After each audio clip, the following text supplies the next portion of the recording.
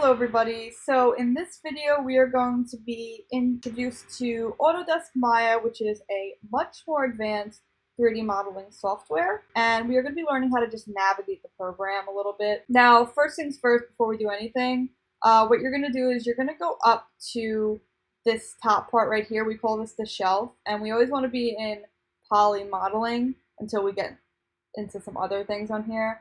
But poly modeling, and let's just start off by clicking this little cube button right here. And what it's going to do is it's going to start you off with a cube right in the center of your screen. All right, so now we're going to get into navigating. So the first thing is, obviously this cube is super tiny, so we can do one of two things. We can make it bigger, which we don't know how to do that yet, or we can just zoom in.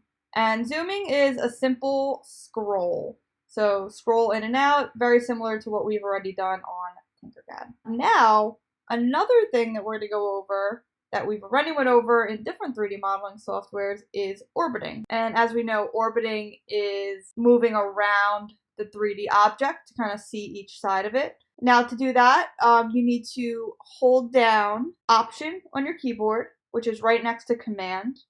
And then you are going to left click, which is just like a regular click, and drag. And that's going to allow you to orbit around the shape. Last thing is panning. Now, panning is necessary sometimes it's not, but either way, it's really important to know how to pan, because sometimes you might end up like all the way over here, and you're like, oh, where am I? And you gotta get yourself back onto the work plane. To pan and move around the work plane is you hold down Option again, but this time, instead of left click, you're going to middle click. So that little button on the mouse in the middle, you're going to hold down that, and then you're going to drag it around, and you'll be able to drag around your screen a little bit.